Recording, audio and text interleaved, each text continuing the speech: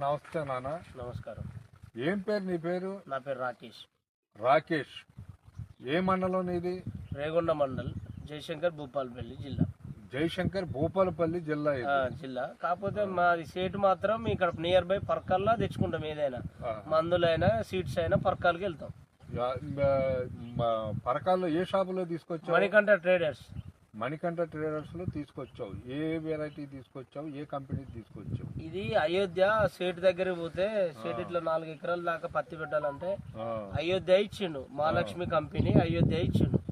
అయోధ్య ఇస్తే నేను నా భూమి గల 4 ఎకరాలల్లా 3 ఎకరాల దాకా ఇదే పెట్టేసిన. 6 బత్తాలు తెస్తే ఎకరాన 2 బత్తాలు మంచిగా సరిపోయినాయి.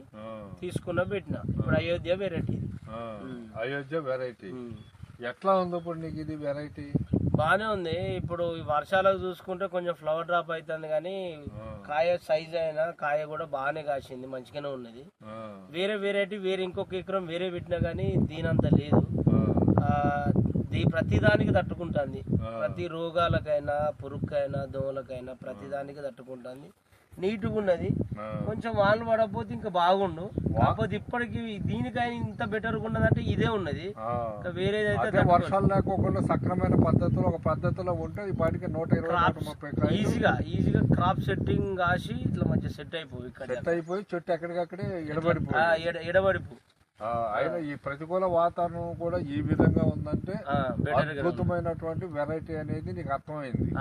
నిజంగా చెప్పాలంటే దీనితో ఈ వాతావరణానికి ఇంకో వెరైటీ లేదు. ఈ వెరైటీ కాబట్టి ఇది తట్టుకున్నది. నాకైతే బెటర్ గా అనిపించింది. మరి నువ్వు రైతు సోదరులకు గాని డీలర్లకు గాని నువ్వు చెప్పే ఇది ఏమన్నా ఉందా? రైతులకు ఇక మనం అనుభవించినాం కాబట్టి ఇంకొక రైతుకు వేరేది ఏం చెప్తాను అంటే, ఇప్పుడున్న వాతావరణ పరిస్థితుల్లో ఈ మహాలక్ష్మి కంపెనీ అయోధ్య కాబట్టి ఇలా ఉంది. ఇంకా వేరే అయితే తట్టుకోలేక అసలు కనీసం ఫ్లవర్ మొత్తం డ్రాప్ అయి సెట్ కాకుండా ఉన్నది. కావున రైతులందరూ గమనించి ఆలోచించి నెక్స్ట్ ఇయర్ మొదట్లో కంపల్సరిగా అయోధ్య పెట్టుకొని ఇప్పుడున్న వాతావరణానికి మనకు బెటర్గా రిజల్ట్ ఇచ్చేది, దిగుమతి ఇచ్చేది కేవలం అయోధ్య అని నేను గట్టిగా చెప్తాను.